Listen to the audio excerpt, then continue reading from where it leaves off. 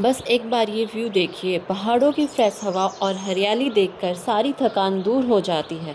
Good morning everyone, कैसे हो आप सब? मेरा नाम है प्रियंका राणा, मैं हिमाचल के छोटे से गांव से बिलोंग करती हूँ। आप सभी का स्वागत है मेरे इस न्यू ब्लॉग में। ये जो आपको पीछे चिड़ियों के चहकने की आवाज़ सुनाई दे रही है ना, यही हमारे गांव की सुबह को और भी खूबसूरत बना देती है।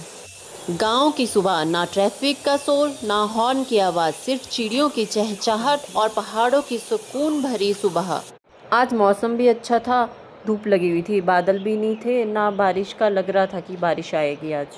सबसे पहले दिन की शुरुआत होती है मेरे गुनगुने पानी से। सबसे पहले मैंने गुनगुना पानी होने के लिए गैस पे रख दिया था और फिर गुनगुना पानी पिया और साथ साथ में मैंने ब्रेकफास्ट की तैयारी भी शुरू कर दी थी। सबसे पहले मैंने दाल चढ़ा दी थी, फिर मैंने प्याज, टमाटर और लहसुन वगैरह सब कुछ छील छाल के चॉप करके रख दिया था। यहाँ मैं तड़का लगाने लगी थी। मैंने इसमें प्याज वगैरह सब कुछ डाल दिया था, सिर्फ टमाटर रहा था डालने को और तो तड़का रेडी हो गया था ऑलमोस्ट। आज अग्नि मैया भी बहुत नखरे कर रहे थे। एक तो आग जल ही नहीं रही थी, बड़ी मुश्किल से आग जलाई फिर ये वो बुझ जा रही थी बीच बीच में। इतने एफर्ट के बाद अब जली आग। मैंने इसमें टमाटर भी ऐड कर दिए थे, ऑलमोस्ट तड़का रेडी होने ही वाला था। मैंने तड़का रेडी होने के लिए रख दिया था, तब तक मैंने सोचा कि आटा गूंद देती हूँ, क्योंकि सुबह मेरी सासू माँ के लिए रोटी बनती है। मैंने सोचा कि सुबह के लिए आटा गूंदना है तो शाम के लिए भी इकट्ठा ही गूंद देती हूँ। तो मैंने ना शाम के लिए भी, डिनर के लिए भी और मॉर्निंग में ब्रेकफास्ट के लिए भी आटा सारा इकट्ठा ही गूंद दिया था। आटा गूंदने के बाद मैंने फटाफट से बर्तन साफ़ किए।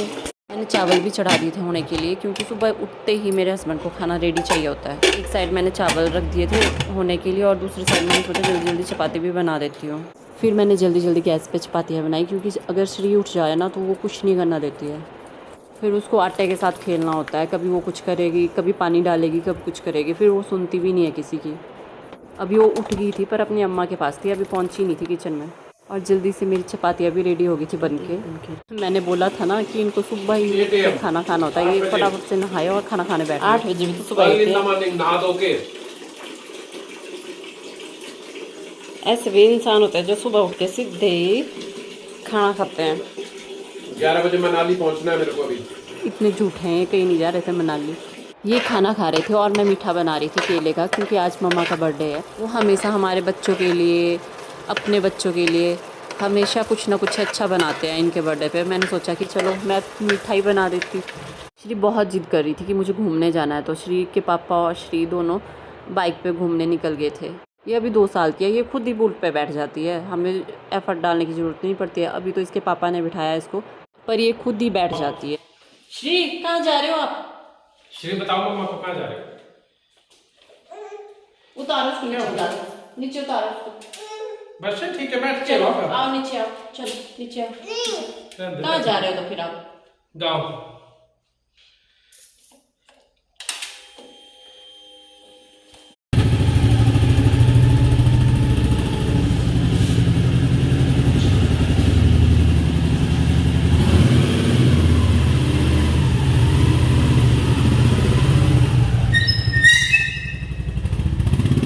फिर आके दोनों बाप बेटी सोने लग गए थे, पर श्री इतनी एक्टिव है, ये खुद नहीं सोएगी, दूसरों को सुला देगी।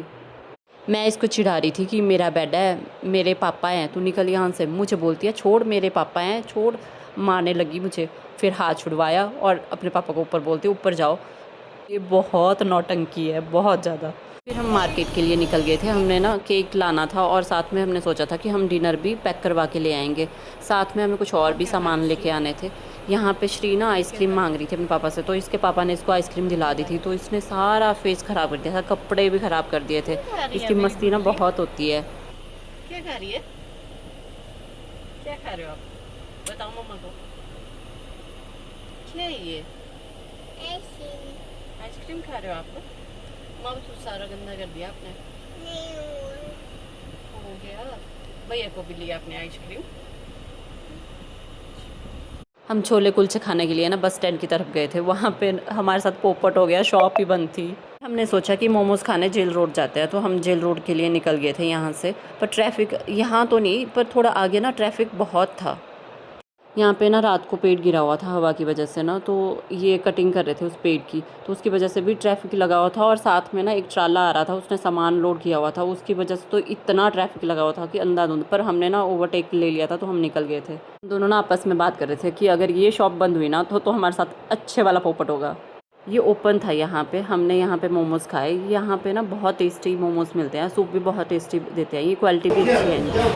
मिस्टर जी और मुझे ना कभी मोमो खाने होते हैं तो हम दोनों ना यहीं पे आते हैं मोमोज़ खाने के लिए, क्योंकि उनको भी यहीं के मोमोज़ टेस्टी लगते हैं। यह वो बड़ा सा ट्राला जिसकी मैं बात कर रही थी, जिसने ट्रैफिक लगाया हुआ था, इन्होंने ना स्कूल बाज़ार के पास ही ओवरटेक ले लिया था, क्योंकि आगे ओवरटेक लेने के लिए जगह भी नहीं थी और हम फंस जाते इसके पीछे। हम लोग मोमोज़ खा के बाहर भी निकल गए थे, तब ये पहुँचा था। सोचो हम इसके पीछे होते।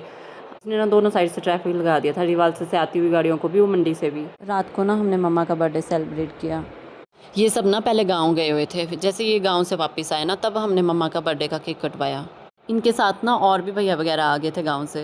मुझे ना बहुत अच्छा लगा कि भैया वगैरह आए, क्योंकि यहाँ पे ना श्री और अव्यू ही थे। हम ना केक लेने गए थे ना, श्री बोलती मम्मा आदि भैया के लिए भी एक केक ले चलो। श्री अपने आदि भैया को मिस कर रही थी और अव्यू अपने लक्ष्य को मिस कर रहा था। भैया वगैरह आए तो ये दोनों ना उनके साथ ही मिक्सअप हो गए। मुझे ना बहुत अच्छा लगा, क्योंकि बच्चे भी खुश हो गए थे और मम्मा भी खुश हो गए थे इनको देख के। और श्री और अव्यू तो बहुत मज़े ले रहे थे इनके साथ।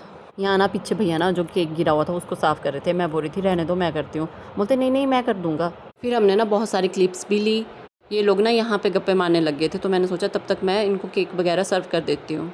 मैं आज का ब्लॉग यही समाप्त करती हूँ। अगर आपको मेरा ब्लॉग पसंद आया हो तो चैनल को सब्सक्राइब करना और कमेंट करके ज़रूर जाना, और कमेंट में ज़रूर बताना कि आपको सबसे अच्छा पार्ट कौन सा लगा। मिलते हैं नेक्स्ट ब्लॉग में, तब तक के लिए बाय बाय।